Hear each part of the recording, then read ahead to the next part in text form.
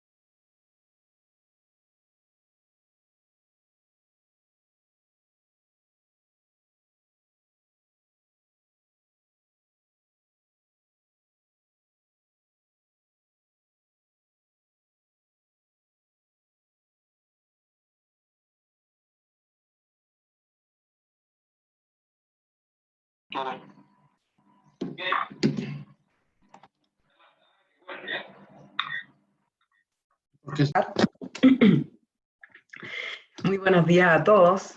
Mi nombre es Catalina Mejía y soy ejecutiva de vinculación y servicios de Corfo.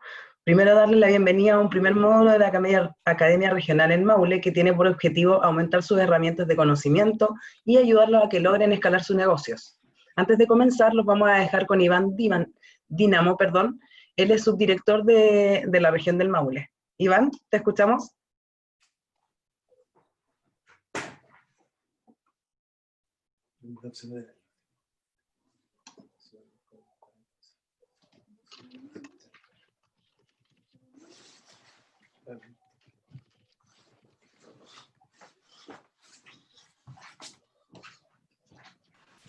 Aló, buenos días.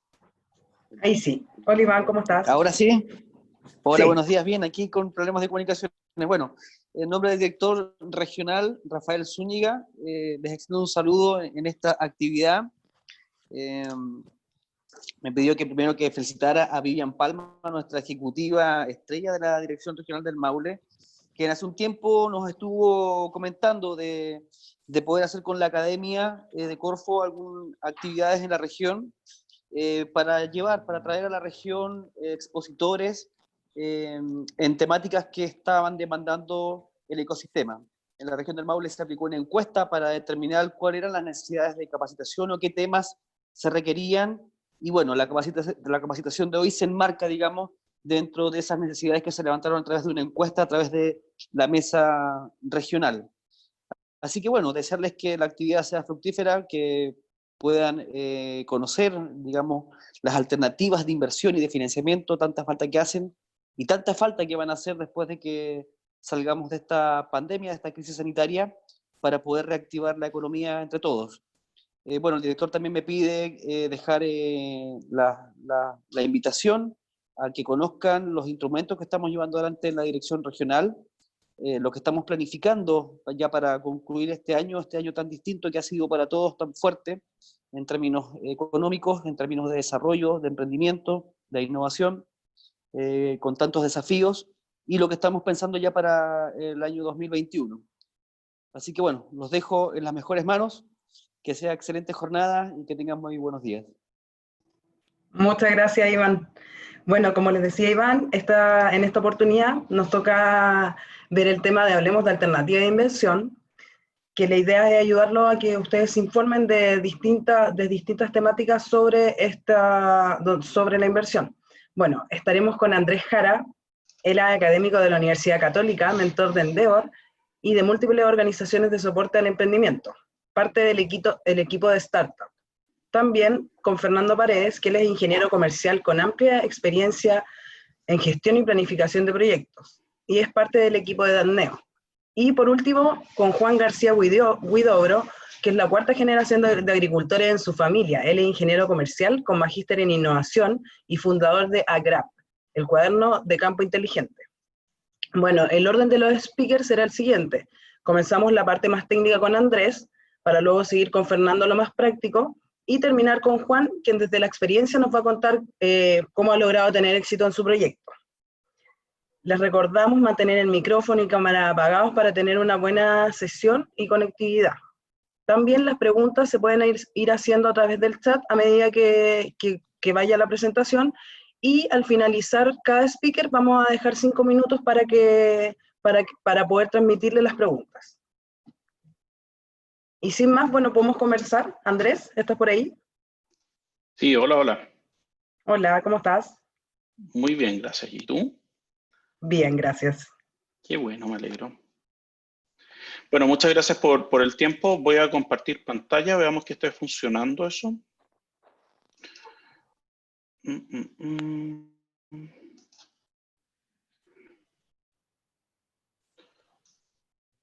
Pareciera ser que ya la tengo. Sí. Ahí sí. Súper.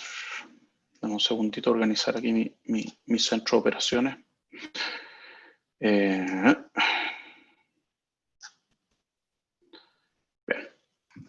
Bueno, primero muchas gracias por la invitación y sin duda un placer como siempre compartir con estos grupos humanos y sobre todo grupos de emprendedores que están buscando generar impacto en sus labores del día a día, y estamos muy contentos de poder compartir con ustedes. Rápidamente, para que sepan un poco de nosotros, nosotros somos una compañía que existe ya hace varios años atrás, casi 5 años, y en donde hace algunos meses atrás hicimos un reposicionamiento de nuestra imagen corporativa y generamos una unidad de negocio específicamente especializada en el mundo de la startup, de los emprendimientos, que se llama SmartUp by Alster. Alster es la principal empresa, pero Alster tiene varias otras unidades de negocio destinadas a distintos tipos de funciones y específicamente a atender a grandes corporaciones, pero SmartUp es nuestro brazo de experiencia, de exposición y de conocimiento de la industria del venture capital y el financiamiento del capital de riesgo. La invitación para el día de hoy es hablar principalmente de cuáles son esos ciclos de financiamiento de un emprendimiento. Tenemos acá, evidentemente, también como parte de los expositores de hoy a personas con mucha experiencia ejecutando inversiones. Y por nuestro lado, básicamente lo que queremos aportar es una mirada de cuáles son los desafíos y cuáles son las precauciones principalmente que hay que tomar a la hora de llevar adelante el financiamiento de un proyecto, ¿cierto? De un emprendimiento. Así que rápidamente vamos a pasar a ese contenido porque no son tantos los minutos que tenemos para hablar y es bastante el contenido. Dicho eso, lo primero siempre tenemos que entender un poco cuál es el ciclo de financiamiento de una startup. Esto probablemente no es mucha novedad para la audiencia, pero igual creo que es una buena manera de estructurar la conversación. Primero, sabemos que gran parte de las startups comienzan, o los emprendimientos comienzan con recursos propios y sin acceso a mayores fuentes de financiamiento. Finalmente es la billetera del emprendedor la que financia gran parte del inicio de cualquier aventura de emprendimiento, y eso hace que obviamente nuestra capacidad de hacer cosas, de adquirir activos, de invertir para el crecimiento y el desarrollo sea mucho más limitada. Y es ahí en donde se hace muchas veces necesario tratar de ir a buscar personas que quieran eventualmente participar de nuestros proyectos y apoyarnos en el desarrollo de nuestros proyectos. Esas personas en el mundo anglosajón se conocen como los famosos triple F. Para nuestro lenguaje local vamos a llamarlos fans. Básicamente son personas que ya sea se consideran amigos, o eventualmente son personas que les gusta mucho lo que estamos haciendo y por lo tanto están dispuestos a entregar algo sin entender mucho quizás lo que estamos haciendo, pero les gusta y quieren sumarse a nuestro proyecto. También pueden ser los familiares, generalmente se habla también de los tontos, ¿cierto? Es decir, de aquellos que no entienden nada de lo que estamos haciendo, pero les suena bonito el proyecto y ahí también hay algunas oportunidades de ir a buscar capitales. Y además de eso existen muchas fuentes de financiamiento estatales hoy día, ¿cierto? Es decir, conocemos varios programas que promueve Corfo y en esos programas es muy provechoso para quienes están iniciando sus proyectos el poder tener acceso a financiamiento, subsidios para poder llevar adelante sus proyectos. Y en esa misma línea, luego nosotros vamos transitando naturalmente hacia un financiamiento quizás más estructurado, más profesional, en donde podemos encontrar a algunas personas que tengan mayor patrimonio y se consideren inversionistas ángeles. A veces ese inversionista ángel en realidad no es muy inversionista ángel, sino es más bien, digamos, un buitre, porque quiere tomar algunas condiciones o posiciones que pueden implicar sacrificar el futuro de un emprendimiento hacia adelante.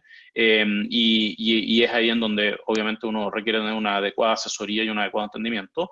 Y después de eso tenemos las fuentes de financiamiento asociadas ya al crecimiento, es decir, cuando ya pasamos por esa etapa, ¿cierto?, de alto nivel de riesgo, lo que también algunos llaman el famoso valle de la muerte, y estamos un poquito más preparados para ir a crecer.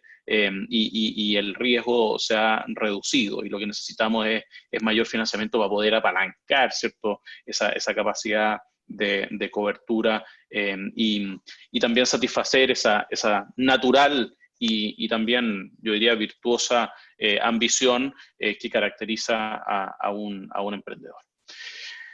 Pero en ese contexto, lo que tenemos que también es hacer memoria de la historia. Y aquí quizás contar una historia que muchos de ustedes probablemente conocen y han escuchado, pero también entender la relevancia que puede tener para efectos del proceso de financiamiento. Y esa historia es la historia que nosotros llamamos la historia de Facebook, ¿cierto? ¿Y por qué la historia de Facebook? Porque, como ustedes sabrán, existe esta famosa serie, ¿cierto?, que le llaman Red Social, que está disponible para poder escuchar. Y hay varios personajes en esa serie, ¿cierto?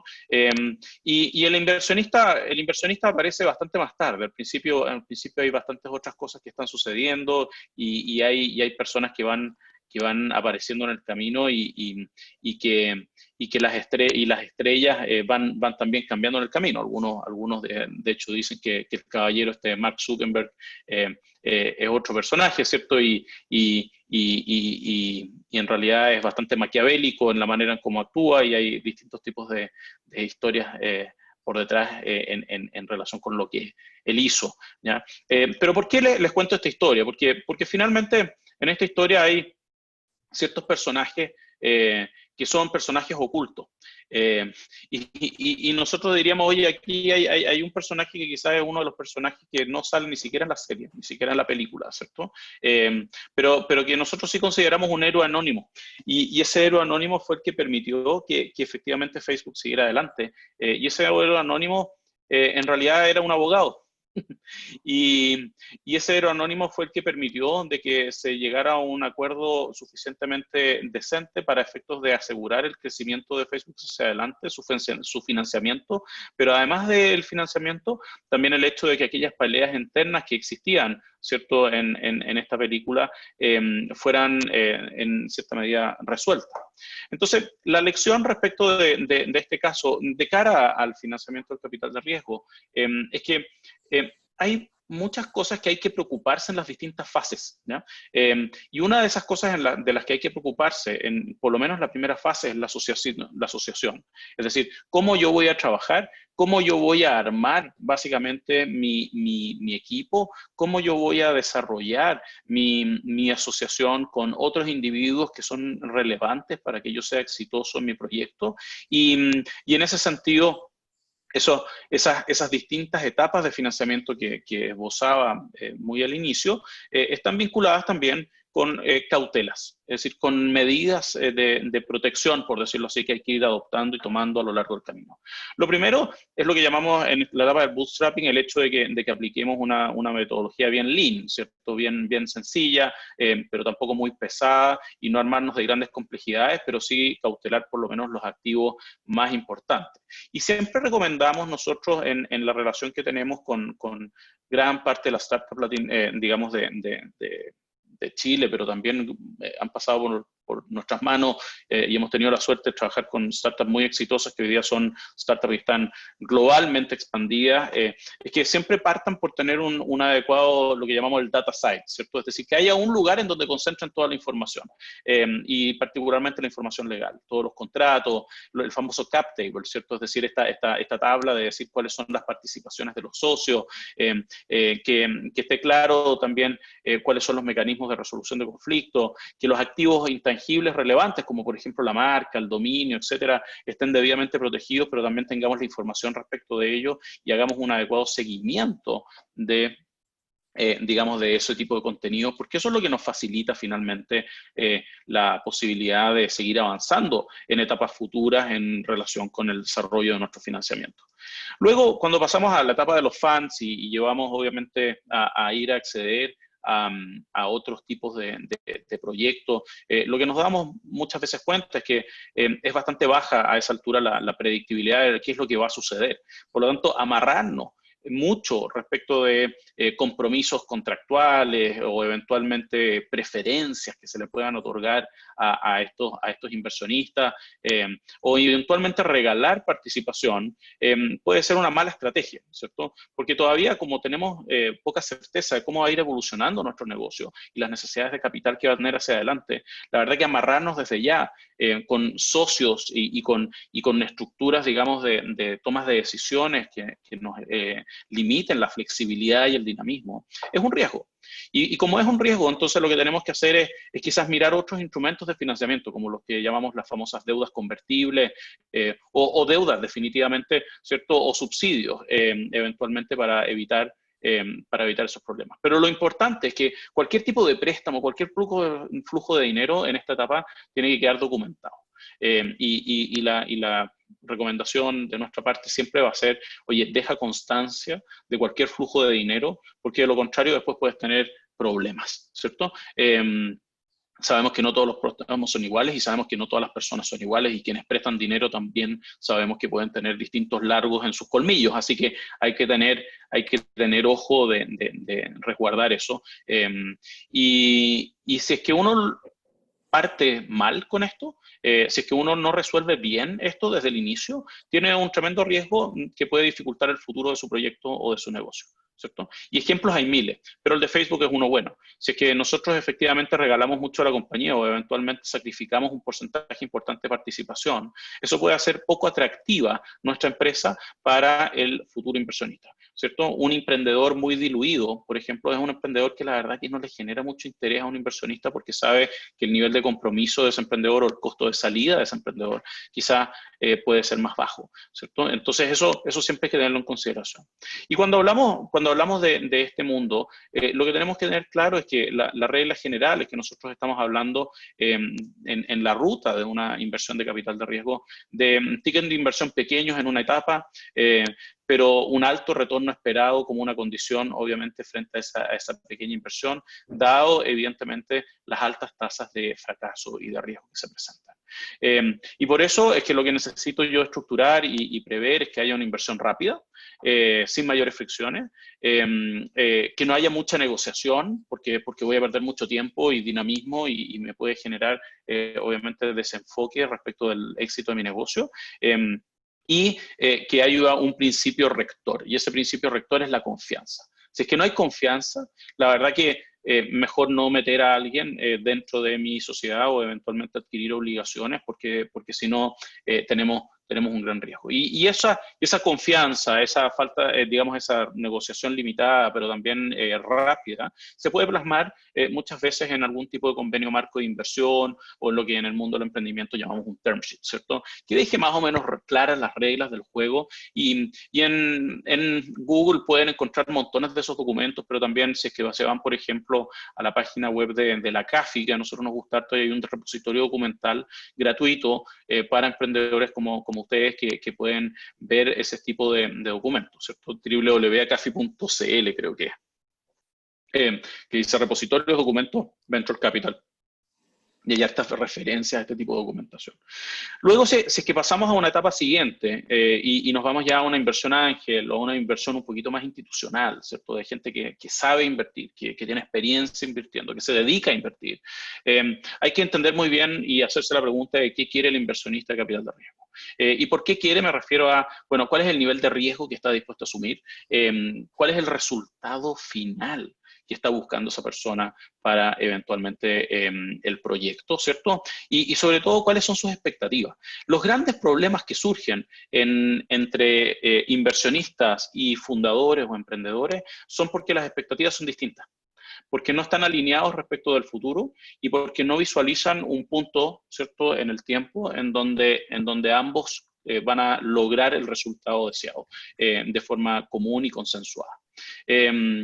La relación sin duda sigue siendo de confianza, pero los instrumentos de financiamiento se empiezan a hacer quizás un poquito más complejos y se empiezan a hablar mucho más, ¿cierto?, de instrumentos de notas convertibles y algunos incluso hablan de los famosos SAFE o KISS, que son instrumentos que se crearon en Estados Unidos, pero que algunos ya están aplicando en Chile, ¿cierto? Y también los pueden encontrar en esa misma página, open source, gratuito, así que puede ser interesante si es que alguien le quiere indagar un poco más en eso. ¿Y cuáles son los tres conceptos relevantes frente a esta ya categoría de inversionista y de financiamiento? Lo primero es el compliance o el cumplimiento normativo, es decir, aquí ya pasa a ser importante que yo esté muy bien regularizado.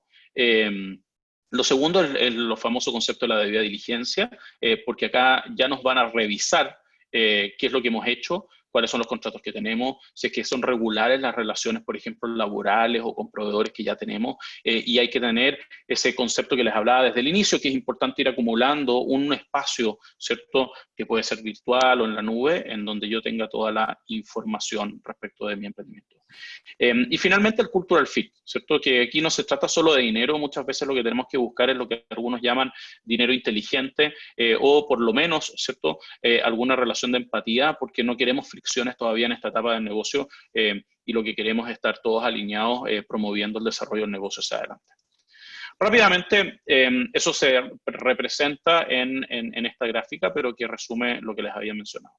Si después me voy al mundo del growth, y dado que se me acaba el tiempo, que es básicamente esa etapa ya en donde ya tengo que crecer, en general ya estamos hablando de las ligas mayores, ¿cierto? En donde tenemos que acelerar el crecimiento, en donde el foco legal depende mucho, ¿cierto?, del negocio que se está llevando adelante, y ahí estará el esfuerzo potencialmente del soporte que puedan tener.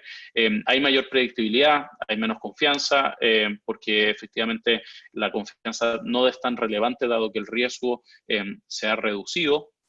Y la industria legal en general, o local en general, tiene muy pocos que compitan internacionalmente en esta etapa, y eso hace que muchas empresas tengan que salir a buscar esos capitales. Es lo que le pasó, por ejemplo, a Corner Shop, ¿cierto?, que bien conocen este mundo. Así que si es que lo miramos rápidamente desde el punto de vista del Venture Capital, vamos a siempre tener a este tipo de individuos, ¿cierto?, los inversionistas ángeles, los fondos de inversión, y por otro lado otras fuentes de financiamiento, y esa va a ser la estructura más habitual de este mercado. Así que, haciendo honor al tiempo y queriendo abrirme obviamente a que nos hagan las preguntas que deseen hacernos en los pocos minutos que tenemos, nada, quedo un poco a su disposición, y esto es un esbozo. Nosotros a veces destinamos 1 hora y media a poder hacer charlas, o 2 horas a poder hacer charlas de esto, incluso a veces las cortamos, así que esto es muy concentrado, y les pido tener eso en mente obviamente, porque nos encantaría poder tener otras instancias y posibilidades de conversar con ustedes y darles nuestras miradas al respecto. Eso por mi lado. Muchas gracias, Andrés. De todas maneras, si puedes dejar tu correo electrónico en el chat, y también decirle a los asistentes si es que tienen preguntas, las pueden ir haciendo para nosotros transmitírselas a Andrés.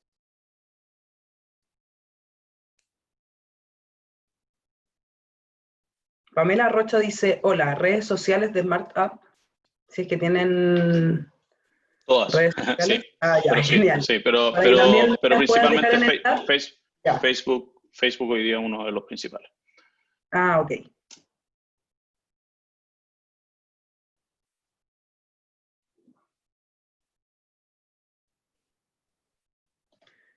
Pamela dice, hola, redes sociales de Smart App. También hay de equity para mentores que trabajan semana a semana. ¿Qué porcentaje sería ideal sin equity?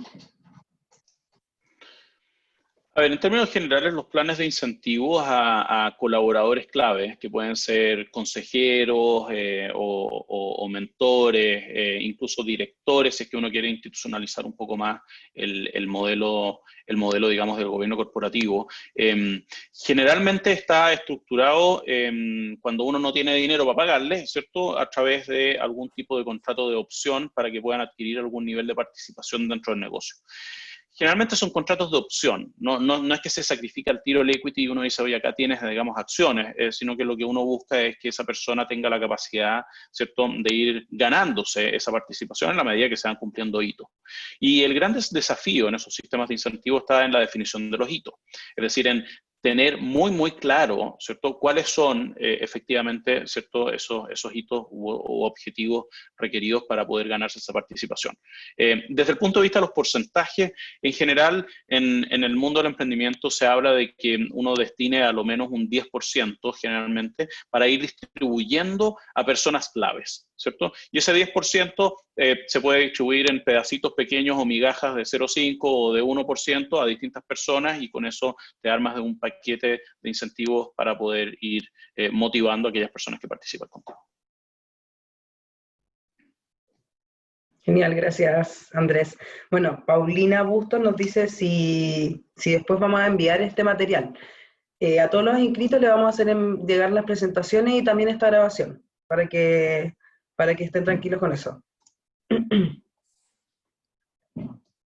Hasta el momento no tenemos más preguntas. No sé si... No hay más preguntas. ¿Podríamos empezar ya con Fernando? Así después al final hacemos un recuento de preguntas. Hola Fernando, ¿cómo estás? Hola, bien, ¿y tú? Muy bien, gracias. Qué bueno. Oye, nada, primero gracias Andrés, súper buen resumen. Yo, al igual que él, me tocó resumir algo que hacemos generalmente en una hora y media, en 20 minutos, así que vamos a hacer un paso rápido. Ahora hay harto de lo que dijo Andrés, que también lo iba a decir yo, así que voy a avanzar un poco más rápido en ciertas partes. ¿Me escuchan bien, cierto? Sí, te escucho súper bien. Perfecto. Súper. ¿Se escuchan los pájaros atrás? ¿O También. no? Ya. No tengo Genial. nada para espantarlo, así que, bueno. Comparto pantalla. ¿Lo ven? ¿Ven la presentación ahí? Súper. No está... Ahí sí. Perfecto. Ya pues, parto entonces. Mi nombre es Fernando Paredes, soy gerente del área consultoría en Datneo. Solo para resumir un poco respecto a mí, llevo 10 años metido en el mundo de la innovación y el emprendimiento. Partí con una startup tecnológica que tuve 4 años, levantamos lucas, nos invirtió otra empresa. Después salté a trabajar en una incubadora, donde estuve a cargo de la incubadora INACAP, así que ahí estuve un par de años también a cargo de esa área como más formación en startups. Y hoy día estoy en el área del Venture Capital, en el área de levantar financiamiento de inversionistas, y sigo, cierto, full metido también en emprendimiento, en todo este mundo, así que tengo como un recorrido bastante transversal en lo que es emprendimiento. Y en términos de Datneo, lo que hacemos nosotros, partimos como una red de inversionistas ángeles. Hoy día también tenemos un fondo de Venture Capital, que lo voy a mostrar después, y hacemos un gran número de consultorías específicas, valorizaciones de startup, estrategias de negocio, estrategias de financiamiento, estrategias de levantamiento de capital, muy metido en ese mundo. Y eso ahí también nos ha llevado a trabajar con empresas grandes, con empresas corporate en el fondo, para cuando empresas, digamos, grandes quieren invertir o trabajar con startups. Esa conexión del mundo más corporativo con las startups es algo que también hacemos. Respecto a la red de inversionistas ángeles, vamos a hablar en un rato más, y ahí también Andrés comentó bastante de cuál es el concepto de un inversionista ángel. Tenemos una red de 150 o más inversionistas hoy día, a los que estamos continuamente presentándoles proyectos que son interesantes en términos de mercado, que son interesantes en términos de proyecciones, y que tienen obviamente requerimientos o proyectos que hacen sentido, y nosotros tratamos de conectarlos con estas oportunidades de financiamiento. De hecho, tenemos unos demo days semanales que estamos haciendo con Conecta Más Fees, que es una plataforma, una productora que partió ahora con el coronavirus y que está muy buena. De hecho, los dejo invitados para vernos todos los miércoles ahí. Y los que quieran presentar también contáctenme, y ahí vamos avanzando con eso.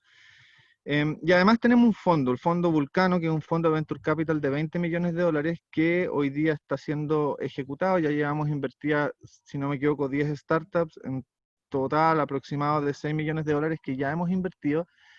Y el foco de las startups, el foco de los fondos en general son startups que ya están un poco más avanzadas en términos de tracción, que ya están pensando en escalar.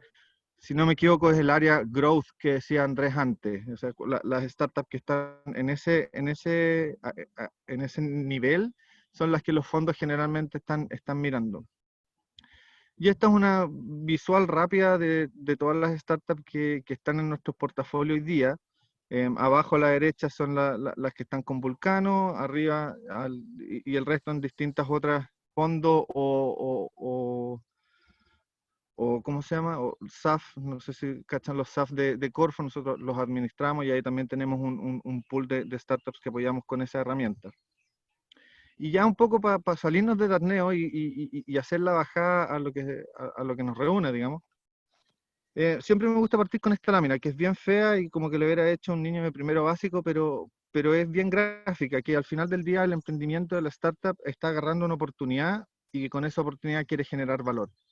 ¿Y cómo lo va a hacer para pasar de la oportunidad a generar valor? Es un trabajo, o es una mezcla entre las personas, el equipo, digamos, que está detrás del emprendimiento, tecnología que puede ser la plataforma, o que puede ser un producto científico o un servicio con algo clave, digamos, el cómo yo estoy generando el valor al cliente, y después de recursos o dinero, dice money. Pero, o sea, no, pero, esas son las las tres mundos claves con los que a partir de la oportunidad se genera valor. Y esto ya se lo deben conocer, que es el famoso Valle de la Muerte, en que las startups parten, ¿cierto?, con unas pruebas de concepto en etapas muy tempranas y están gastando y gastando plata y generalmente no hay ingresos todavía. Después en la etapa 2 ya esos ingresos empiezan de una u otra manera porque pivoteé el producto, porque encontré mi mercado, qué sé yo, lograste empezar a generar venta, empezar a generar valor. Y eso lo que te produce es empezar que tu flujo de caja o en el fondo la plata que te queda al final de mes vaya siendo cada vez más positiva y empieces a salir en el fondo hacia adelante hasta que llegas a la etapa 3 en que ya tus ingresos son más que tus costos y ya lo importante es crecer, crecer, crecer. Y ya la etapa 4 es cuando ya creciste tanto que ya tu espacio para seguir creciendo empieza a declinar y ya hay que empezar a ver cómo puedo volver a seguir escalando de otra manera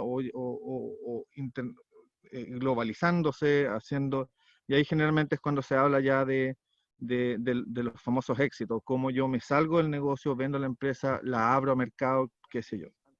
¿Ya? Y esta... cuando ya creciste tanto que ya tu ¿aló? Espacio empieza a declinar y ya... ¿Se escucha, no? Sí, se escucha ya, bien. Bacán. Sorry, todo bien. Y esta otra,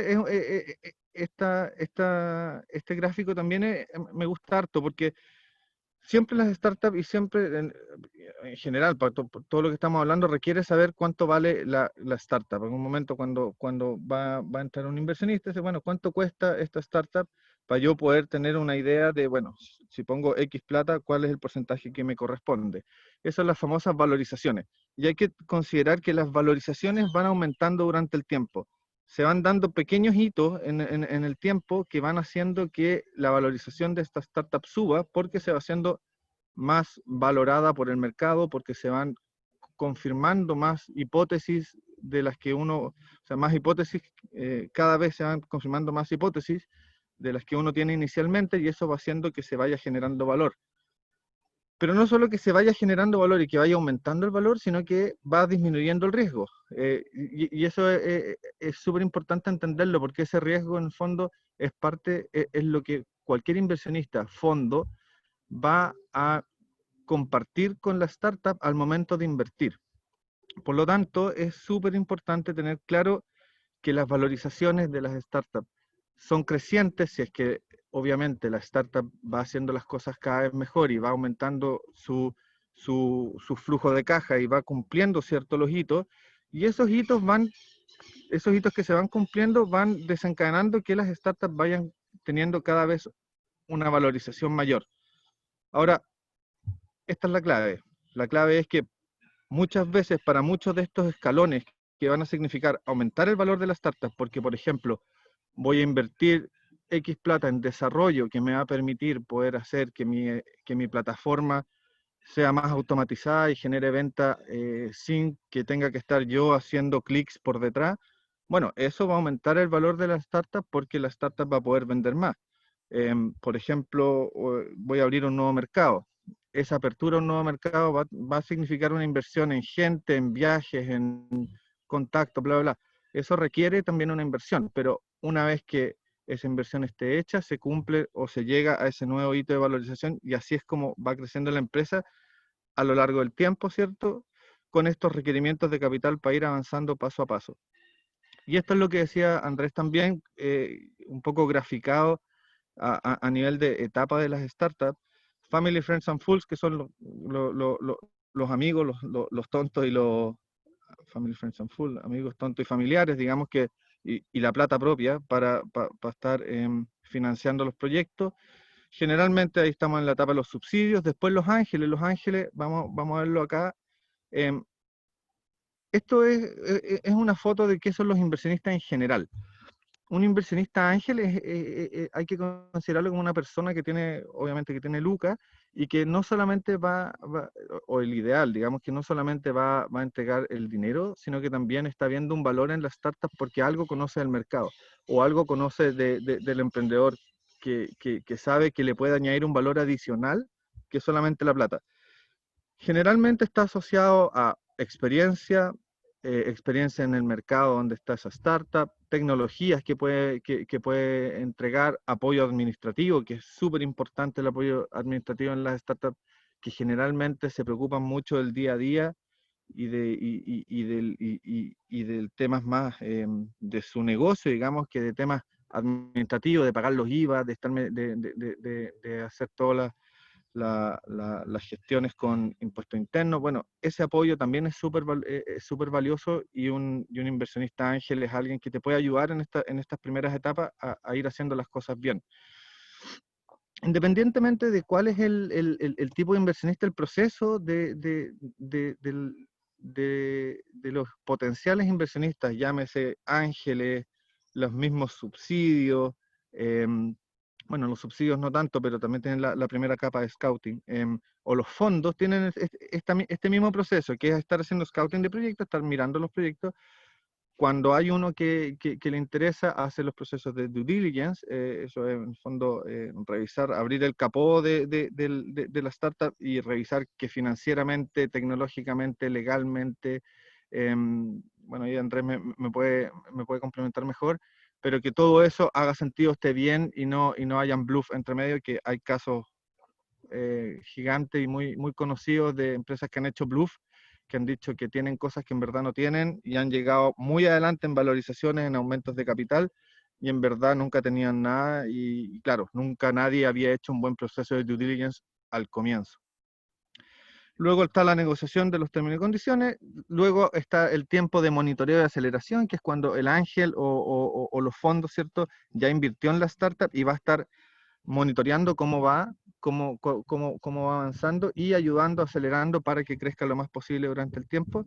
Y finalmente está el exit, que esto es fundamental y siempre yo lo recomiendo que lo tengan en vista desde el comienzo. Cuando ustedes salgan o cuando las startups parten, deberían siempre estar pensando en, bueno, ok, ¿quién es un potencial comprador o quién es un potencial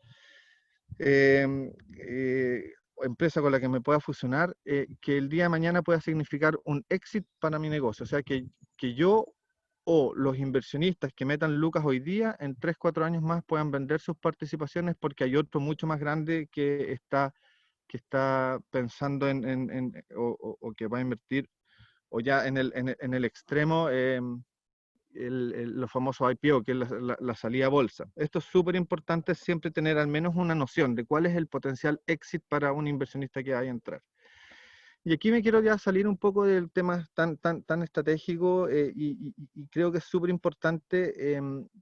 A nosotros nos llegan muchos proyectos que llegan con unas valorizaciones súper claras, con unos flujos de caja que son bonitos, un Excel con muchos colores, pero cuando muchas veces empezamos a hacer estos dobles clics, la verdad es que nos damos cuenta de que hay pocos supuestos claros, y esto es fundamental tenerlo. O sea, cuando proyectamos las ventas, por ejemplo, tengamos claro cuáles son los distintos segmentos que van a haber, cuáles son las estrategias de marketing que yo voy a tener para cada uno de esos segmentos, cómo voy a atacarlo, cuánto le voy a cobrar a cada segmento, cuál va a ser el modelo de negocio para cada segmento. Puede ser distinta la manera de cobrarle a un cliente que tenga más de 1000 usuarios porque es una empresa grande, a un cliente que vaya a ser un equipo de una persona.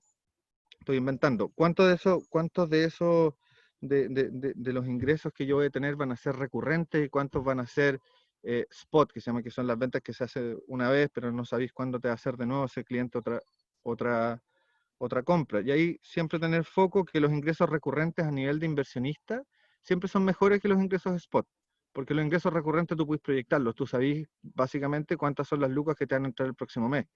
Cuando son ventas spot, no, es difícil saber o proyectar, y al menos tenéis más variables.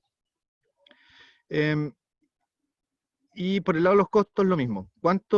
todo esto que estamos proyectando hacer, estamos hablando de estrategias de marketing, estamos hablando de operaciones, estamos hablando de aumentar clientes con una estrategia que a lo mejor podría ser ir a juntarme cliente a cliente. Bueno, ¿cuáles son los costos asociados? ¿Cuáles son todos los costos fijos asociados para poder mantener esta operación? ¿Cuáles son los costos variables asociados a cada una de estas ventas? Y eso nos va a llegar a partir de hacer ese ejercicio y hacerlo bien y hacerlo a cabeza. Y siempre la discusión es, pucha, pero ¿cómo lo hago yo para ponerme en el caso? ¿Qué sé yo cuánto voy a vender? ¿Qué sé yo cuánto me va a costar? Hay que hacer lo que se llaman los supuestos informados. Hagan supuestos que tengan pie y cabeza. Apóyense en la experiencia de otras startups para saber cómo lo hicieron en una etapa similar a la que están ustedes, cuánto les costó hacer lo que hicieron. Probablemente generalmente uno cree que lo que está haciendo es único y en verdad no es tan así. Puede ser que haya ciertos componentes únicos, pero gran parte del proceso de las startups es como bastante similar en todos los casos, incluso saliendo del mundo startup y yéndonos a emprendimientos más tradicionales. Entonces, infórmense para tener claridad de cómo son esas proyecciones, insisto, en ingresos y en costos. Siempre que pensemos que vamos a vender y crecer, pensemos en la capa de operación y en la capa de costos, cómo yo voy a soportar esta venta, cómo yo voy a hacer que este gran volumen de venta funcione. Nosotros, como les decía, en todo lo que vemos, muchas veces vienen unos flujos que son hermosos, que tú ves unos negocios, pero que es imposible que le vaya mal con ese nivel de venta, pero vaya así un doble clic en los costos y son exactamente los mismos que tenían en el minuto cero. Y eso claramente es porque no hay un trabajo detrás de pensar, ok, bueno, cómo varía mi estructura o cómo varío yo como equipo, como empresa, en la medida que vaya creciendo a esos niveles. Y esto que está acá, entonces a partir de ese análisis, de tener claro cómo se van a comportar mis flujos en el tiempo, yo voy a poder determinar cuánto es el requerimiento de capital que tengo. Esto es súper bajado al terreno. Así se llega a la manera, o esa es la manera de definir montos de inversión. Después voy a volver a lo anterior. Y acá, un segundo, acá. En la medida que se van cumpliendo hitos, como los que comentaba antes, eso va demostrando capacidad de ejecución de la startup. Obviamente, eso también se agrega, es un agregado para el tema de la valorización, finalmente. Es muy importante levantar capital y pensar en cuánto voy a necesitar, no más allá de 18 meses. No tiene mucho sentido pedir plata para 2, 3, 4 años, porque como vieron, las valorizaciones van aumentando y si yo pido plata hoy día a una valorización X que tengo hoy día para 3 años, chuta, en 3 años esa valorización va a crecer tanto que a lo mejor me sobrediluí o cuando se dice sobrediluir es que entregué mucha participación de mi empresa cuando estaba en un estado más chico. Entonces hay que pensar generalmente en no más de 18, nosotros recomendamos 12 meses para tener, en el fondo, levantamiento de capital se va haciendo constantemente, una vez al año, una vez cada año y medio, pero siempre desde una posición mejor porque voy demostrando cosas, voy abriendo mercados, voy mejorando la capacidad de operación, etc. Siempre es tener claro que un levantamiento de capital en promedio debe durar 6 meses, generalmente no son procesos rápidos, por lo tanto hay que tener siempre ojo en cómo se están comportando mis flujos. ¿Cuánta caja me queda? Ese es el famoso cash burn, es cuánta plata yo estoy quemando mensualmente. Bueno, eso si tengo una caja finita de plata, bueno, es más o menos fácil saber para cuánto tiempo tengo. Por lo tanto, si consideráis que te vaya a demorar 6 meses en promedio en levantar la plata, chuta, deberíais mantener caja suficiente para estar más de 6 meses. ¿Cachai? Entonces, eso es algo súper importante a considerar. Y vuelvo a lo anterior, al momento de acercarse a un inversionista y tratar de levantar plata, uno tiene claro cuáles son todas los tipos de hitos o las áreas en las que voy a invertir esas lucas para avanzar al siguiente paso. Y esta tabla nunca la tienen los emprendedores. Esta tabla es fundamental. A lo mejor mejor que esta tabla, pero lo que está detrás es súper importante, que es definir clara y concretamente los hitos que se van a lograr con la inversión. Entonces yo voy donde el inversionista y le digo, inversionista, necesito $200.000, porque eso fue lo que calculé que necesito para 18 meses, según esta estructura, según estas proyecciones, y con esas lucas voy a hacer esto. Y eso permite tener para el inversionista una claridad súper potente de qué tan clara tiene la película el emprendedor y de cuáles son los hitos que se van a hacer concretamente con las lucas que está metiendo en esa empresa. Y probablemente el inversionista te va a decir, ya, pero ¿sabéis qué? Lo que estáis diciendo en la línea legal respecto a la patente, eso podéis sacarlo porque lo podemos hacer con no sé, esta oficina o conmigo que hago esto. O la apertura en el mercado argentino, ¿sabéis qué? Consideremos también en colombiano, porque ya tengo muy buenas llegadas. Entonces, tener esta claridad y mostrarla a un potencial inversionista puede hacer que se mejore la misma tabla, porque vaya a encontrar sinergia con esa persona, y de partida esa persona se va a sentir mucho más confiada, le estás bajando el riesgo, porque muestras este nivel de claridad y de cosas concretas que se va a hacer con la plata.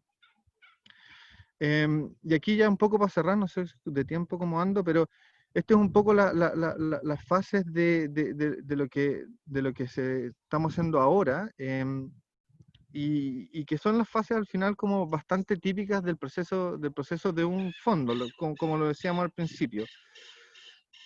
Primero, entender cuáles son las oportunidades que hay, en este caso todas relacionadas, ¿cierto?, al agro de la zona del Maule. Tenemos claro cuáles son más o menos los desafíos, los problemas en los que nos queremos desenvolver. A partir de eso, bueno, cuál es el modelo de negocio en el que yo como startup genero valor, que yo como startup voy a hacerme sustentable en el tiempo con ventas, con todo ordenado, ¿cierto? Bueno, cuál es mi modelo de negocio para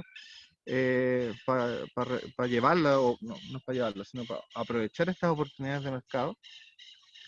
Y a partir de eso, con el análisis, en la manera y en la estructura que yo les estaba recomendando, cuáles son los requerimientos de inversión y las valorizaciones que se van a ir desencadenando en el tiempo. Y aquí es súper importante también, cuando hablemos de valorizaciones, no marearse mucho.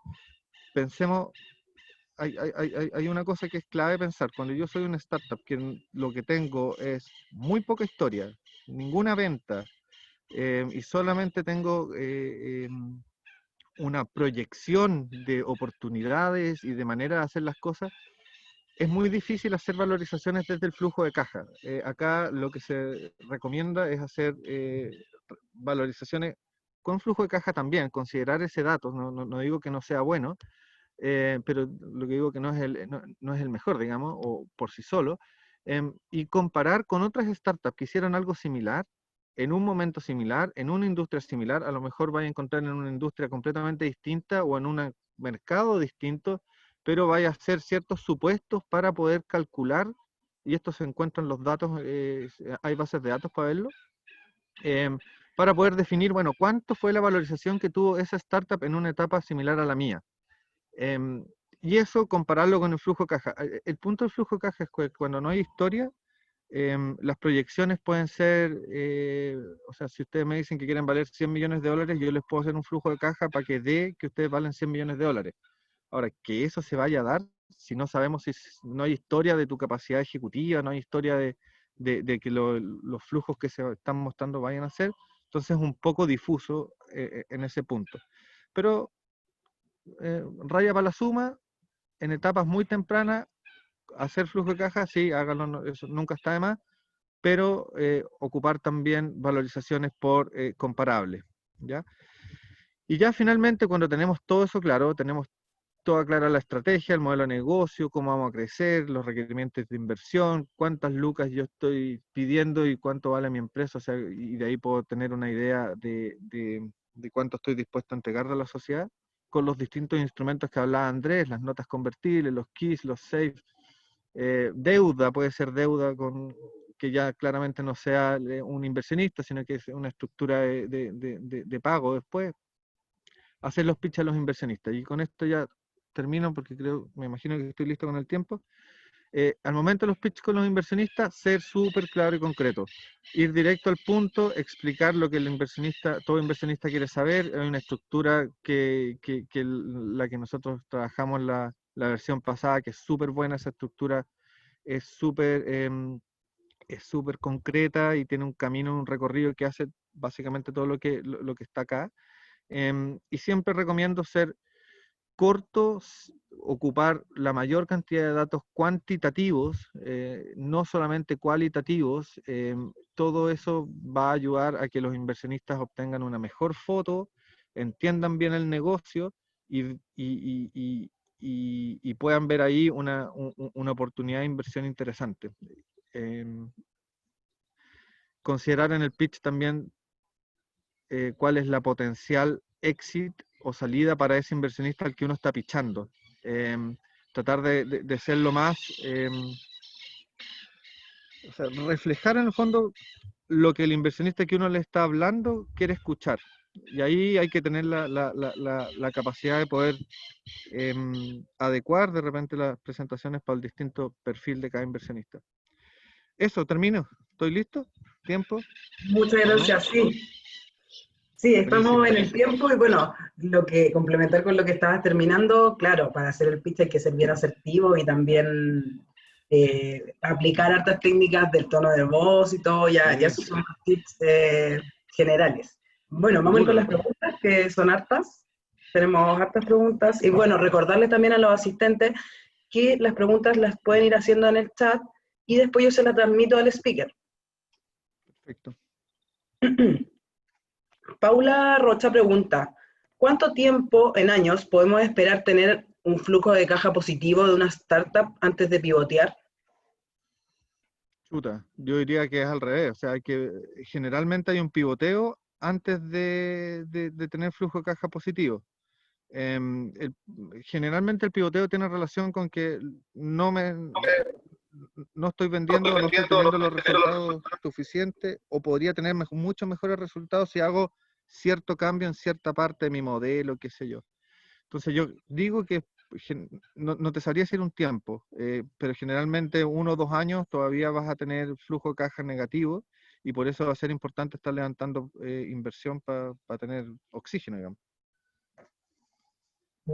Ya. Bueno, Mireya Vergara dice, bueno, Fernando Paredes, un gusto saludarte.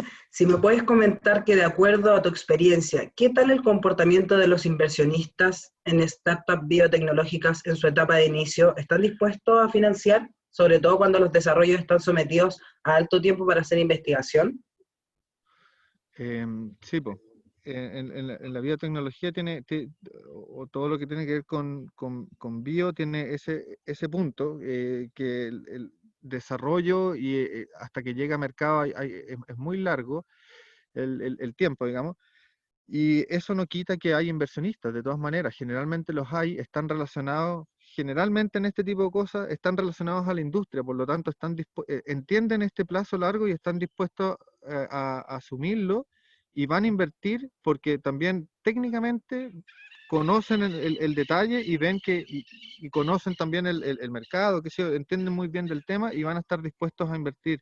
No creo que no hayan, o sea, al revés, hay distintos perfiles de inversionistas para distintos tipos de negocios. Y este es como un negocio especial porque tiene las características que decíamos. El perfil del inversionista tiene que ser el adecuado. Y eso generalmente son gente que está metido en el mismo vertical o mundo.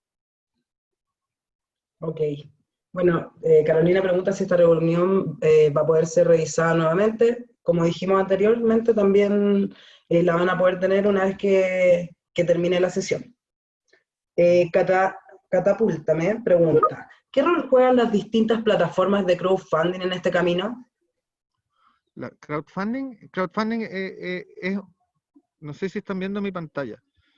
¿Sí? Acá está. Crowdfunding está entre el mundo de los ángeles y las aceleradoras. Generalmente en los crowdfunding los que meten plata son personas, generalmente no son fondos, y son personas que están dispuestas a poner un poquito de plata para que se junte un fondo grande y ese fondo grande lo reciba la startup. En Chile yo diría la más conocida, más famosa es Brota, hay un par más, Y está metida, es como un subconjunto en la parte de Los Ángeles. Ese es como donde están posicionados, en este nivel también. En este nivel de avance de las startups. Y generalmente pasan las que se reciben financiamiento y avanzan. Bueno, la siguiente va a ser ya que entra un fondo de Venture Capital. Muchas gracias. Fernando, ¿podrías dejar de compartir tu presentación para que se prepare Joaquín? Bueno, Javiera pregunta, ¿cuál es el procedimiento a seguir para ser una inversionista ángel? Ah, y también si puedes dejar tu correo electrónico en el chat para que si te puedan contactar y todo.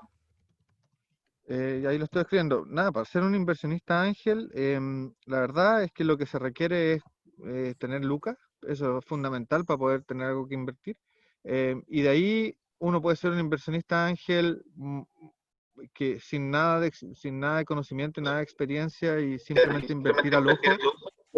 O que lo que nosotros tratamos es que existan formación en startups, formación en Venture Capital y que los inversionistas entiendan más en profundidad los procesos, los tiempos, la manera de hacer las cosas, los distintos instrumentos, y poder en el fondo identificar buenos proyectos, invertir, ayudar para que las cosas pasen y las startups puedan crecer. Y eso es, al final es muchas ganas de aprender y plata. Ya. Y bueno, aprender y aportar.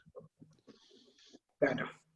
Ella dice, ¿se puede hacer referencia al hito más importante? Me imagino que está hablando de la última parte de la presentación, el tema del pitch. Yo creo que sí, no sé qué opinas tú, Fernando. No caché la pregunta. Es que fue como más un comentario, dice, ¿se puede hacer referencia al hito más importante? Me imagino que en la presentación hacia el inversionista. Sí, siempre hay que mostrar todas las medallas. Claro. O las mejores, así si son muchas y tenía una lista interminable, ya de repente hacer latero, escuchar tus medallas tanto rato, pero sí las más importantes, de todas maneras. Bueno, las demás preguntas las vamos a dejar para después. Vamos a hacer la última para que ya empiece Joaquín. ¿Cuán recomendable es optar a créditos blandos de largo plazo en lugar de capital aportado por inversionistas?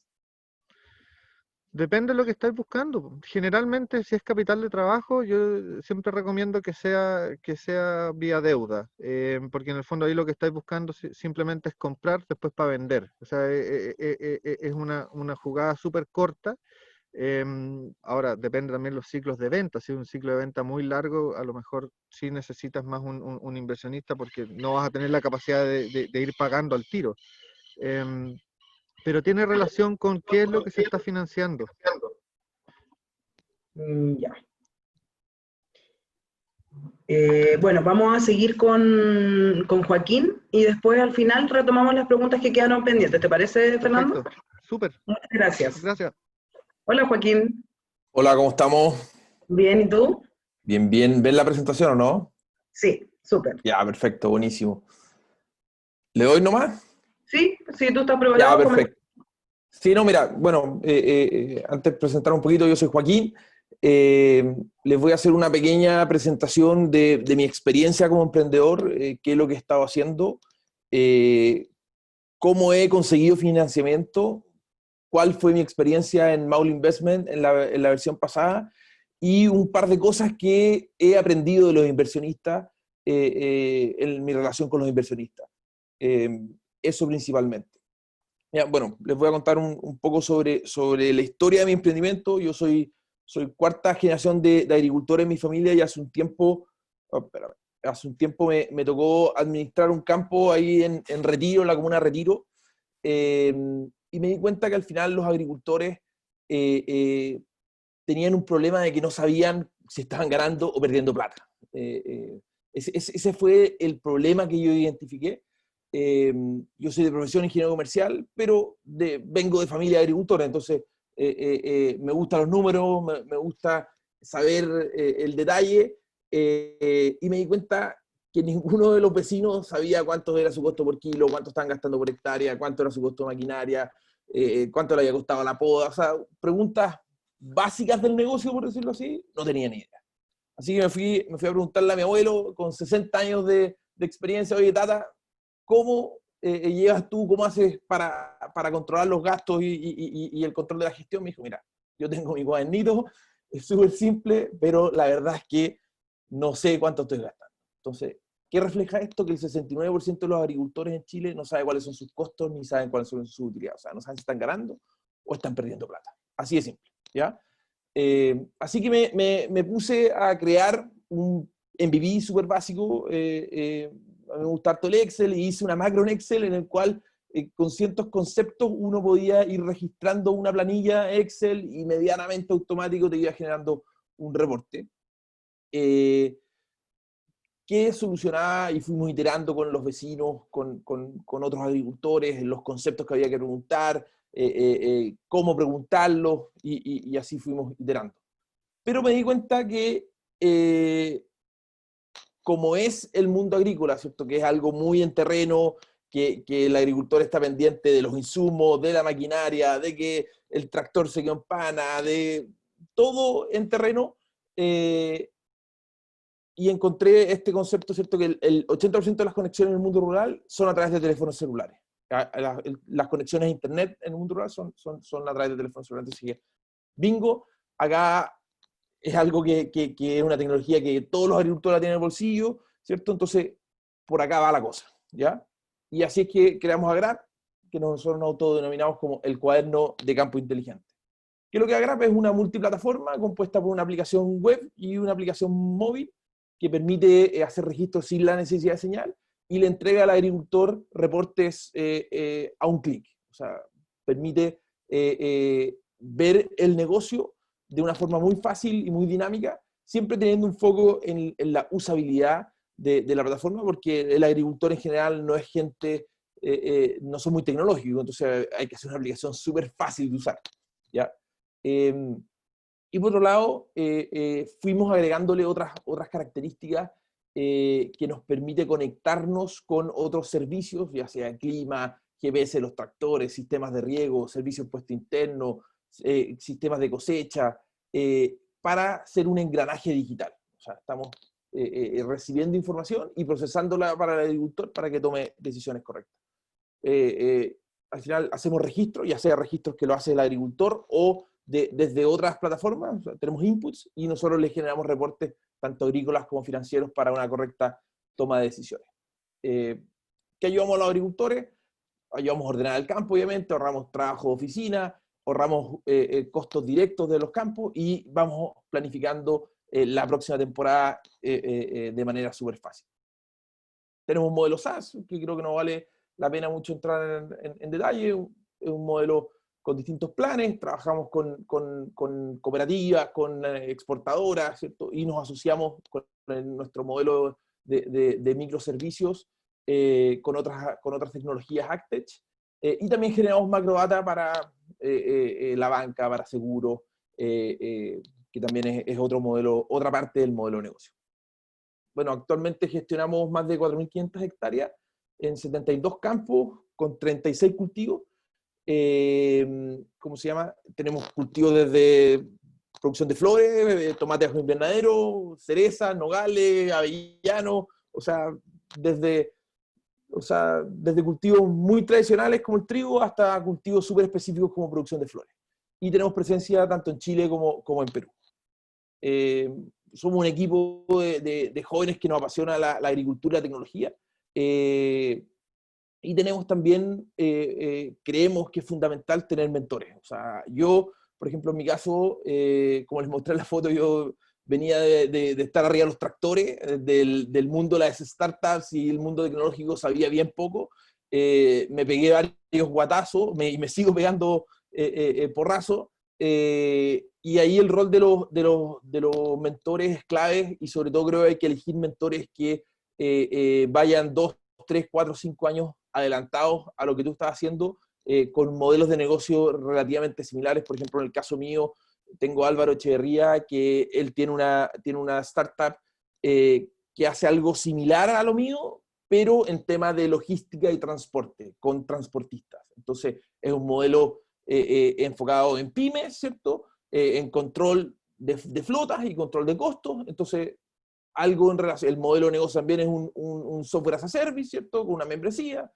Hay ciertas cosas que son bastante similares, cómo hacer marketing, cómo llegar al cliente. Hay mucho que hay que tratar de estrujar a estos mentores, ¿ya?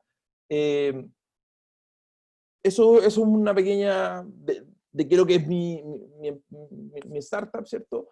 Y cómo partí con las lucas. Yo, como les conté, estaba trabajando en un campo y llegó un minuto en que esta idea no me dejaba dormir, ¿ya? Le daba vuelta, le daba vuelta, le daba vuelta. Y había juntado de mis primeros años de trabajo una platita y dije, ya, ¿qué hago? ¿Me compro un auto, como lo estaban haciendo todos mis amigos de la universidad? ¿O me tiro con un emprendimiento, ¿cómo se llama? Que creo que acá hay una alternativa.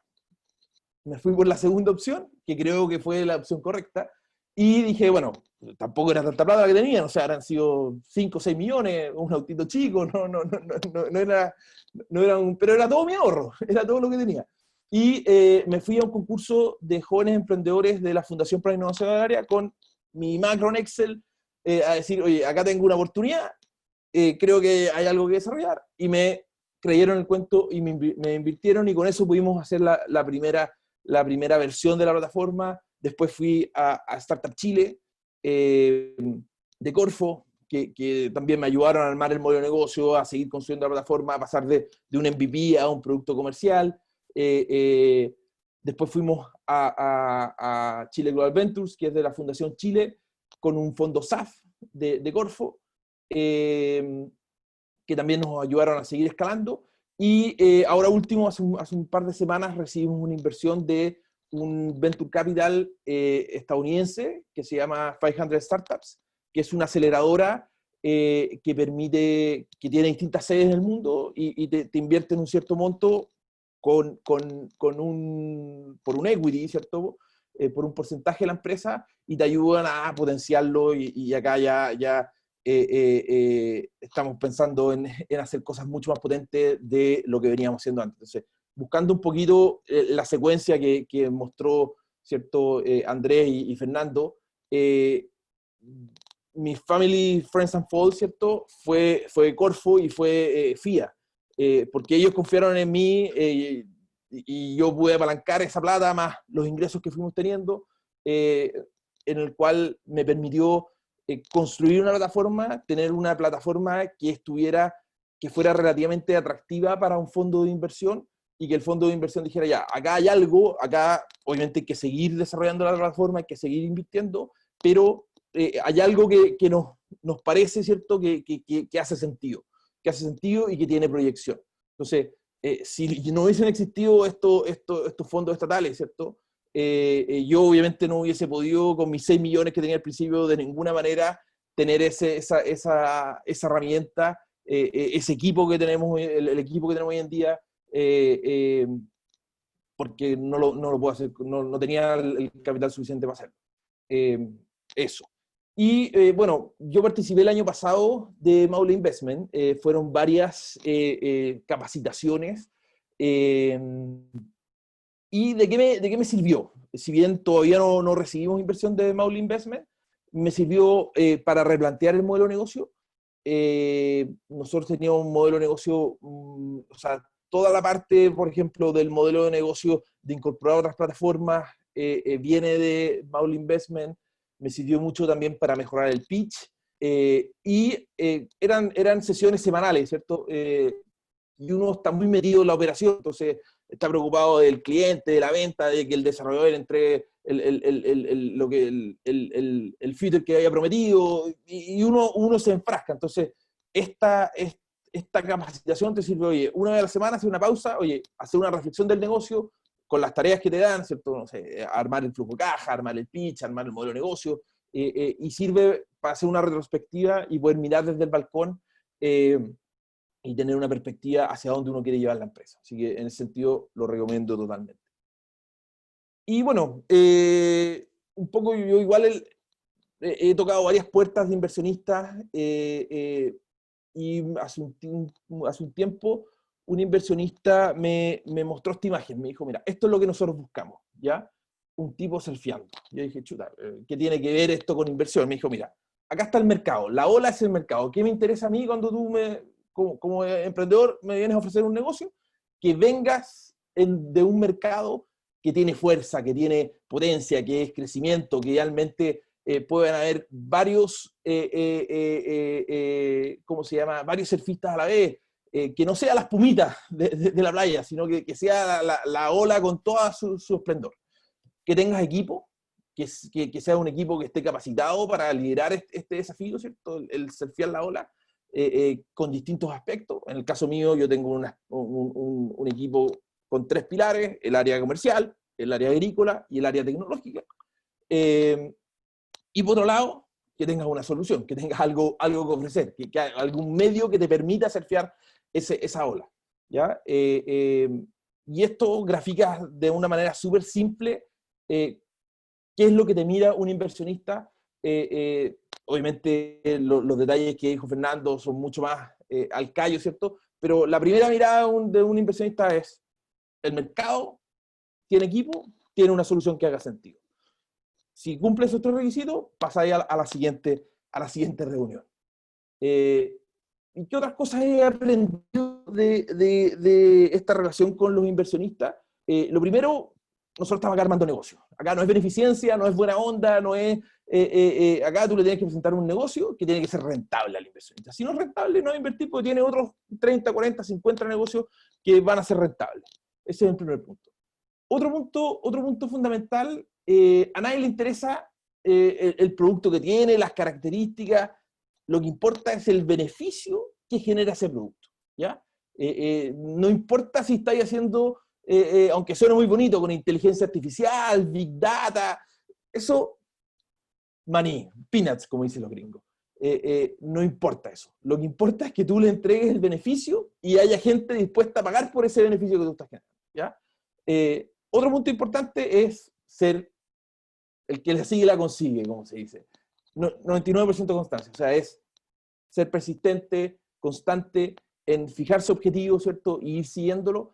Ahí está la clave para poder lograr una inversión y poder lograr, ¿cómo se llama?, que el emprendimiento sea rentable. Otro punto importante que he aprendido con muchas conversaciones con inversionistas es: fíjate una métrica, fíjate un norte, solo una. O sea, en el caso mío es cantidad de usuarios activos, ya que eso me permite medir la cantidad de ventas que estoy teniendo y la cantidad de retención que estoy teniendo. Entonces, con esa métrica, tú tienes que fijar y decir, oye, lo que estoy haciendo, y cuando tienes que tomar una decisión, lo que estoy haciendo, ¿me va a aumentar esta métrica que sirve para hacer crecer el negocio? ¿Sí o no? Y así vas tomando decisiones. Obviamente hay estrategias para esto. Y lo otro que es súper importante es trata de ser creativo e ir cambiando las formas en que estás haciendo las cosas. Si haces siempre lo mismo, vas a obtener siempre los mismos resultados. Entonces, experimenta de forma controlada, rápida y barata distintas formas de hacer mover la aguja de tu negocio. Eso es clave. Yo creo que más o menos estoy en el tiempo. Les dejo acá mis datos de contacto y bueno, cualquier duda que tengan, felices de poder conversar, me mandan un mail, me mandan un WhatsApp, encantado. Y esta es mi humilde experiencia de emprendedor y mi relación con los inversionistas. Me queda mucho paso por seguir. Estoy ahí, veía el gráfico, ¿cierto?, que mostraban de la típica curva yo estoy empezando a salir del Valle de la Muerte con esta inversión y nada. Así que eso es ¿cómo se llama?, mi presentación, y creo que refleja un poquito la historia y que no es fácil. O sea, yo cuando partí, siempre le digo esto a los emprendedores, yo cuando partí me gané el fondo FIA y dije, ya, oye, con esta plata voy a armar la plataforma, en 6 meses la tengo funcionando, en 1 año estoy en el Caribe. Eso es mentira. Eso es mentira, acá hay que hacer mucha constancia. No sabía con la chichita que me estaba curando, pero es muy gratificante ver a un agricultor, en el caso mío, que te diga, oye, esta plataforma es algo que venía buscando hace 10 años y me cubre totalmente lo que estaba buscando y estoy dispuesto a pagarte. Creo que eso es muy gratificante y nada, eso. Muchas gracias, Will. Yo creo que de verdad es muy importante tu relato y tu experiencia, porque así los asistentes se dan cuenta que esto es netamente más corazón o sea, que ir al inversionista en sí, o sea, constancia, practicar, tener los puntos claros, juntar un montón de información que sea relevante para poder presentarla al inversionista y aparte.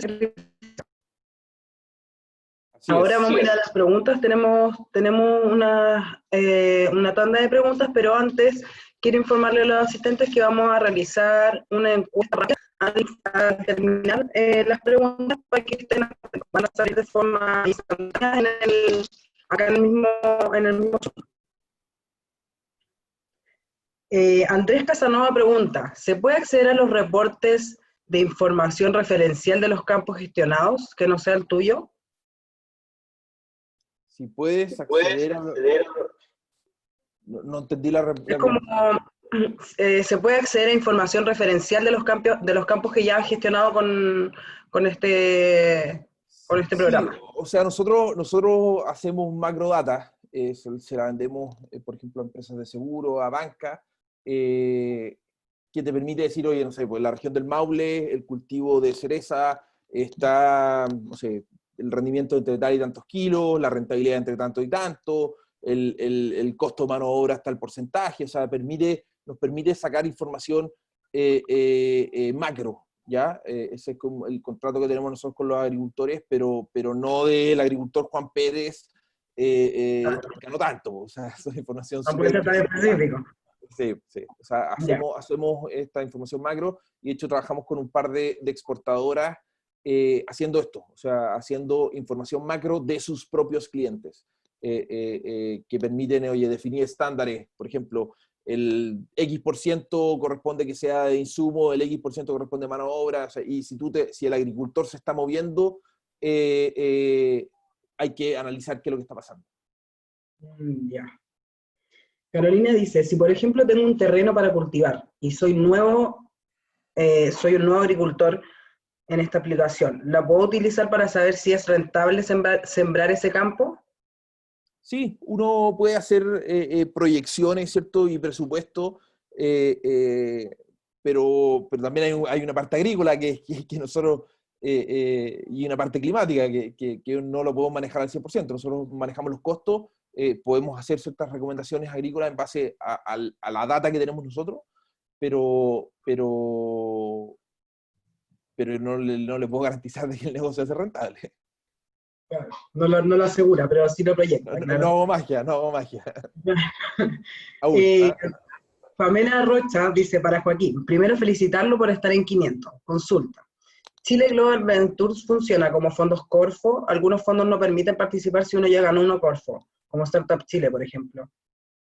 Mira, ahí obviamente Corfo es el que debería responder esta pregunta, pero en el caso mío hay no sé cómo funciona ahora, entiendo que hicieron cambios de bases y hay que estar constantemente leyendo los reglamentos de Corfo, pero en el momento que yo lo hice, yo me gané un financiamiento de Startup Chile que eran 20 millones, y el fondo de Corfo te financiaba hasta 60 millones. Entonces los otros 40 fueron a través de un SAF.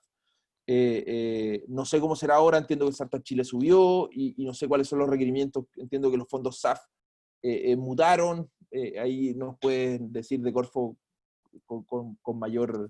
Sí, la verdad es que Chile Global ha estado en bastantes alianzas con Corfo, entonces tendrían que ingresar al Instagram o a la página para ver si es que hay alguna cláusula que le impida, porque donde son y por ejemplo no sabría con exactitud si es que hay un fondo que te permita o no participar. Depende del fondo también. Y ahí creo que hay un punto súper importante, que es cuando uno está ejecutando un fondo Corfo. Por ejemplo, cuando yo estaba ejecutando Startup Chile, yo me adjudiqué, me gané la participación en Chile Global Ventures, pero me dijeron, tienes que terminar Startup Chile, termina de rendir todo lo que hay en Startup Chile, y una vez que termines, vas al SAF. O sea, una cosa es la aceleradora que te acepte y otra cosa son los fondos Corfo. O sea, son distintas cosas. Pía nos pregunta, ¿cuál es la métrica en NSM? ¿Cómo se construye si nos podrías dar un ejemplo? Mira, la métrica NSM es la North Star Metric, o sea, es como la métrica, la estrella norte, ¿ya? Es un concepto gringo, que es ¿qué métrica, o sea, qué punto te mueve tu negocio? O sea, por ejemplo, en una zapatería, va a llevarlo a simple, es número de zapatos que vendes. En una empresa agrícola, oye, kilos cosechados, ¿cierto? O kilos vendidos. Entonces, ¿qué métrica te mueve el negocio? Lo ideal es elegir solo una y fijar estrategias para hacer mover esa métrica. Por ejemplo, ¿qué es lo que he hecho yo?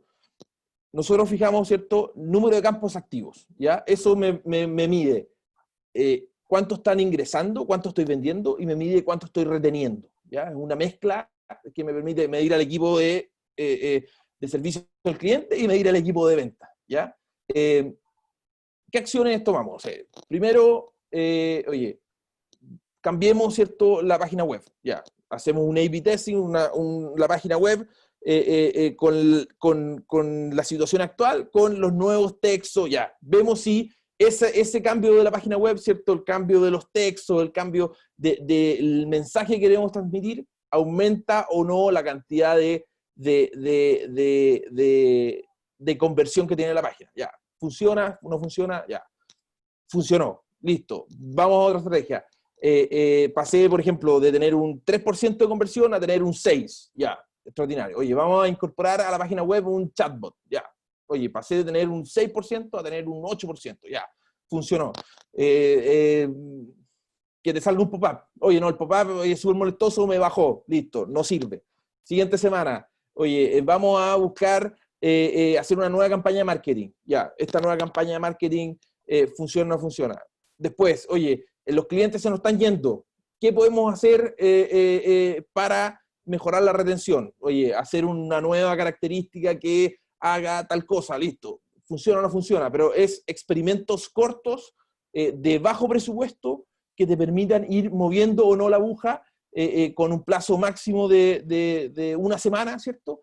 Y eso que te permita mover esta gran métrica, ¿cierto? Que es la estrella norte, ¿cierto? Que hay que seguir. No sé si se entiende, pero así es como estamos trabajando nosotros y nos ha dado resultados. Muchas gracias, Joaquín. Bueno, vamos a hacer, yo creo, 2 preguntitas más ya para ir cerrando con la encuesta.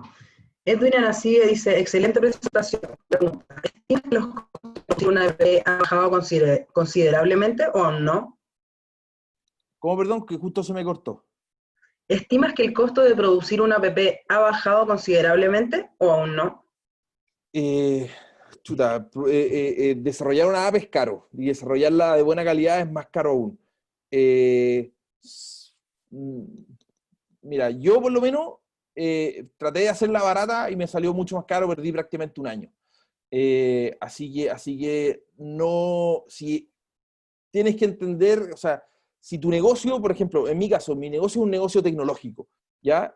Tienes que entender que el core, el músculo de mi negocio es tecnología. Entonces yo partí, de hecho me gasté el 90% de la plata fía subcontratando una empresa, y ¿qué es lo que me pasaba? No era capaz de responderle a los clientes, oye, hay que cambiar tal cosa, y eso se demoraba 2 o 3 semanas, entonces el servicio al cliente era malo, se me iba a los clientes, dije, no, yo soy una empresa tecnológica, tengo que tener en el equipo a alguien tecnológico, un gallo que sea capaz de poder solucionarme el problema hoy día en la tarde, y poder responderle a los clientes de esa forma, ¿ya?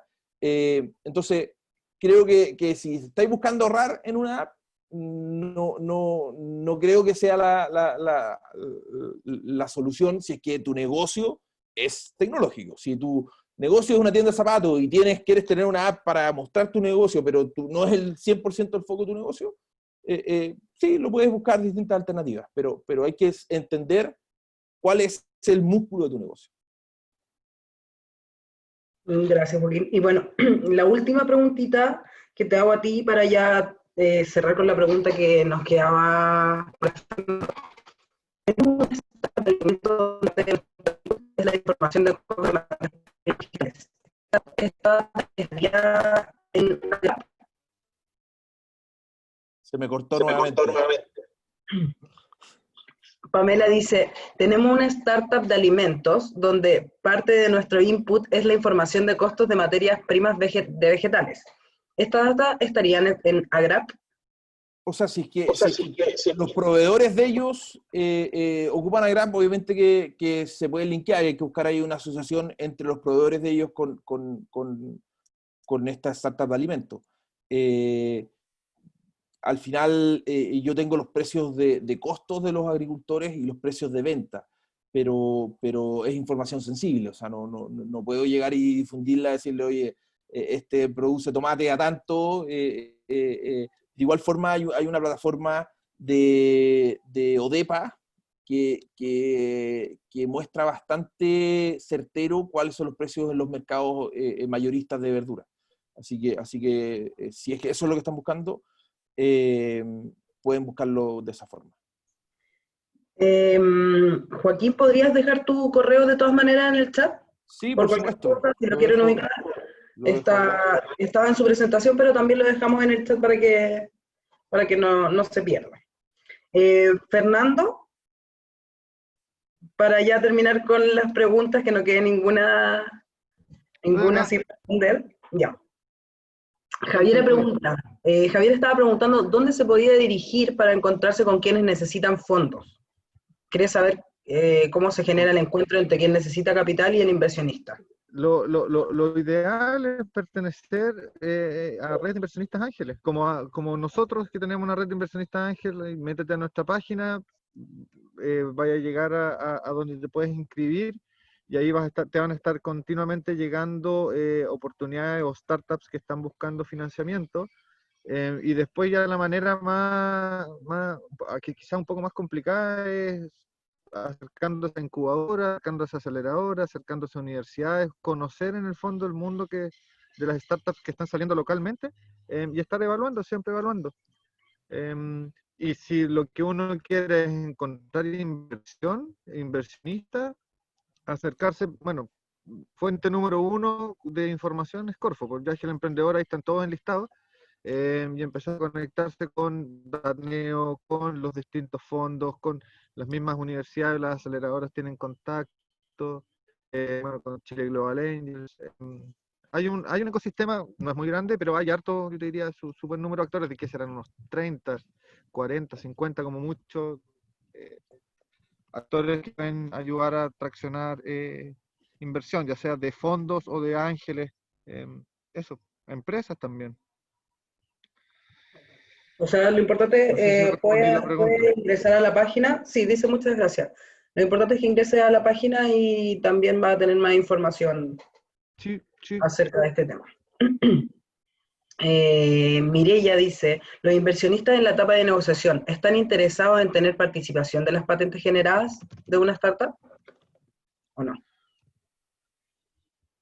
Sí, a ver, las patentes generadas de una startup son de la startup. Eso es como primer punto. Cuando si tú tienes un negocio y tenías una patente, pero esa patente está a nombre de Juan Pérez, que es el dueño de la empresa y no de la empresa, o la patente es de alguien más, el valor que tiene esa startup es distinto, porque no tienes la propiedad intelectual, no es parte de la empresa. Por lo tanto, sí, un inversionista esperaría ser parte o sea, invertir en esta sociedad que es dueña de la patente.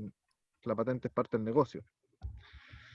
Depende de la patente, puede tener patentes que son irrelevantes también. Y ahí en verdad el inversionista dice, no, esa patente me da lo mismo, a mí lo que me interesa es esta otra. O sea, la patente es un activo más.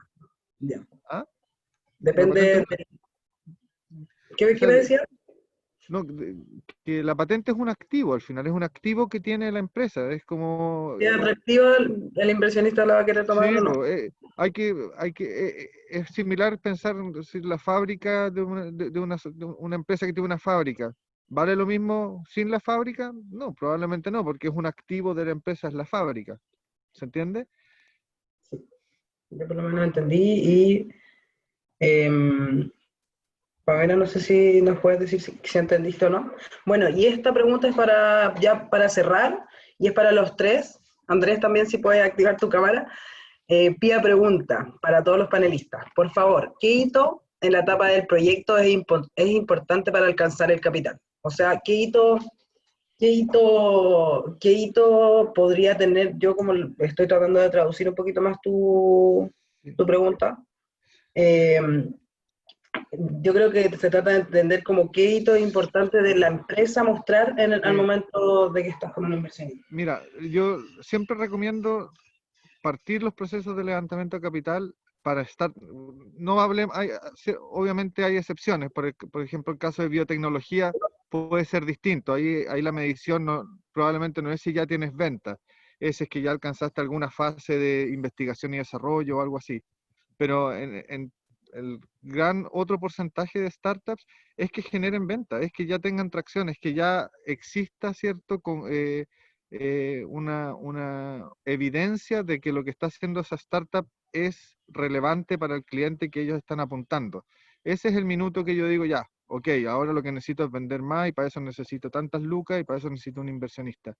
Oye, y por último, antes de terminar, quiero recordarle a todos que el 17, ahora el lunes, si no me equivoco, termina el plazo para inscribirse y participar en este segundo capítulo de Maule Investments.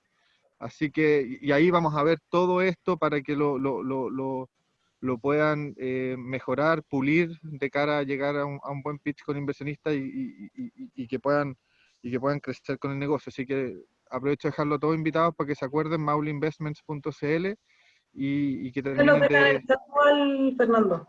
Ah, buenísimo. Genial. Bacán. Eso. Andrés, ¿y tú qué tips nos podría dar para el hito? Yo estoy de acuerdo con lo que dijo Fernando y también con todo lo que ha dicho Joaquín. La verdad que no sé si hay mucho que agregar, pero desde el punto de vista del evento, es que depende tanto de la fase en la que tú estás desde el punto de vista del desarrollo del negocio y el tipo de inversión que tú quieres ir a buscar. Evidentemente, cuando tú quieres ir allá a Venture Capital o eventualmente a inversionistas institucionales, el hito de la venta es relevante, pero también es cierto lo que se decía respecto de algunas industrias o algunos tipos de proyectos en donde hay hitos concretos, es decir, cuando, por ejemplo, estás basado en materia de propiedad intelectual y solamente tienes una solicitud en trámite y no tienes, por ejemplo, aún otorgada la patente, todavía hay ciertos grados de incerteza o incertidumbre respecto de qué es lo que va a suceder con ese activo. Y eso significa de que no tienes total, digamos, claridad respecto de cuál es el nivel de capital que vas a poder ir a adquirir y seguramente pueden haber condiciones respecto de...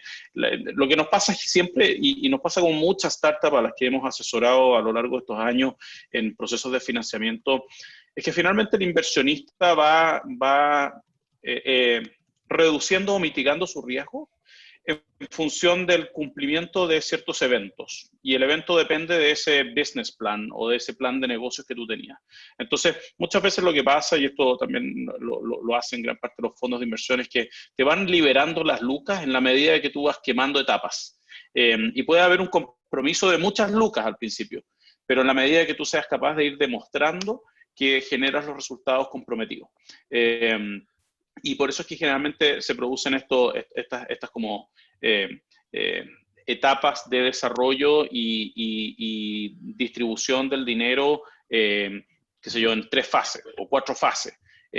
Y eso está muy linkeado a tu plan de negocio. Entonces, finalmente, Joaquín lo decía, si al final lo importante es tener los objetivos claros y en la medida que tú tenés los objetivos, también puede ser que al camino te arrepientas de esos objetivos, vas a pivotear. Entonces, finalmente en este mundo, que es un mundo esencialmente dinámico, que va cambiando en el tiempo, yo creo que lo más recomendable siempre es entender cuáles son esos grandes hitos, esos grandes temas. Y en función de eso, tú efectivamente vas a poder ir a acceder a capital y en la medida que eso sea transparente desde el inicio y no les cambian las reglas del juego al inversionista, no debería tener mayor problema. Muchas gracias, Andrés. Joaquín, ¿tú para complementar desde tu experiencia? Sí, yo concuerdo con Andrés y con Fernando, que al final depende de la etapa en que uno está. Yo creo que ahí la pregunta se refiere a ¿En qué minuto uno empieza ya a levantar plata en serio? No, no fondos concursables, sino ya de un fondo de inversión. Y creo que el punto crítico es cuando uno tiene un negocio que puede ser escalable, o sea, que puede ser replicable y que falta que le metan benzina para que este cohete se dispare. Cuando uno ya tiene esa maquinita medianamente andando, que es lo más difícil de lograr, y puede ser escalable, creo que ahí uno ya es muy atractivo para un fondo de inversión, ¿ya? Y para ir cerrando, creo que Maule Investment ayuda a poder visualizar y a poder entender cuáles son estas cosas que hay que ir buscando. Tienen mentores súper buenos ahí, por ejemplo, la Susana, que te ayuda a armar el pitch y armar el modelo de negocio. Y, por ejemplo, en la primera etapa, oye, existen alternativas de Corfo, fondos de FIA, los puedes buscar ahí en el grupo de ¿cómo se llama?, de fondos y alternativas de financiamiento para Chile, y que maneja la Susana, que están siempre publicando alternativas de financiamiento. Depende al final de la etapa. Creo que por ahí va la respuesta. Como decía, ¿no? Al principio financiamiento propio, después la familia, después subsidio, y ya cuando logras tener esta máquina que permite empezar a automatizarse, empezar a escalarla, es cuando los fondos de inversión ya le empiezan a mirar y dicen, este proyecto sí me hace sentido, arreglo tal cosa, meto tal persona al proyecto, lo conecto con tal empresa y vamos a pasar de una empresa que está vendiendo 2 millones a que esté vendiendo 20 millones al mes.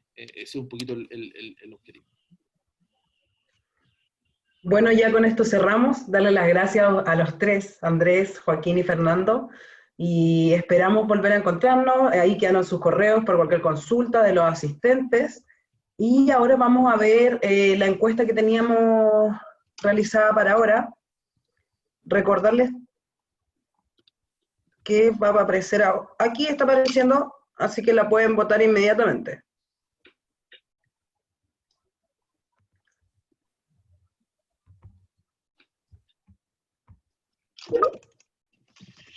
Gracias, Cata. Soy Vivian, ejecutiva técnica de la Dirección Regional de Maule. Primero que todo, agradecer la gran convocatoria que tuvimos hoy día, el interés por parte de todos ustedes de estar hasta el final con grandes expositores, así que también agradecer a Joaquín, a Fernando y a Andrés por la exposición, por la brillante exposición y poder aclararnos ciertos conceptos que a lo mejor obviamente no los tenemos tan frescos nosotros como región. Así que este es el primero de varios módulos que vamos a seguir realizando en la región, y querer comentar primero que todo que existe una ronda de negocios, la cual es 100% virtual, que estamos realizando a través de Mentores con Impacto. Los dejo invitados a que ingresen a financiamentoConImpacto.com.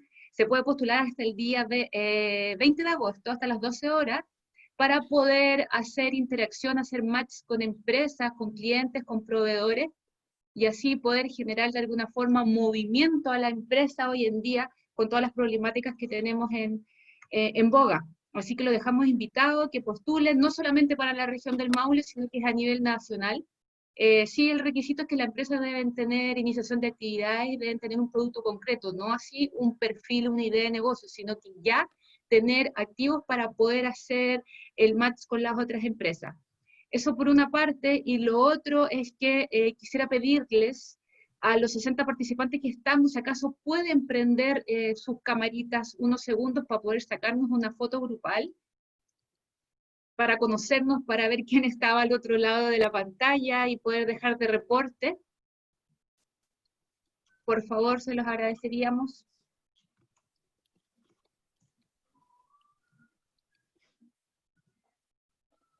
¿No Ahí quieren? los chicos grandes, Valve, por favor, con la fotito. Vamos a esperar que se prendan las camaritas.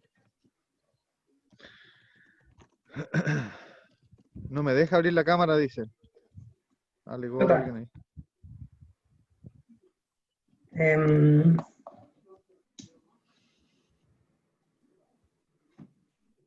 De antes, Valve, ¿nos querían comentar algo? ¿Se están prendiendo las camaritas o tienen problemas de conexión? No abre la cámara. No deja la cámara. Mm. Estamos tratando de solucionar el problema. Muchas gracias a todos los que nos están comentando. Cualquier consulta, cualquier requerimiento, también ya tienen los mails de los expositores. El correo mío por cualquier consulta en la dirección es vivianpalma@corfo.cl, lo voy a dejar también en el chat. Quiero agradecer también la colaboración y el apoyo siempre de Catalina Mejías de Corfo Central, que obviamente nos apoyó bastante para poder lograr el éxito de esta actividad. Gracias, Vivian. Dice que está bloqueado. No sé si ahí nos pueden ayudar, que dice que están bloqueadas las cámaras. ¿Ustedes me ven a mí? Sí. Yo te veo.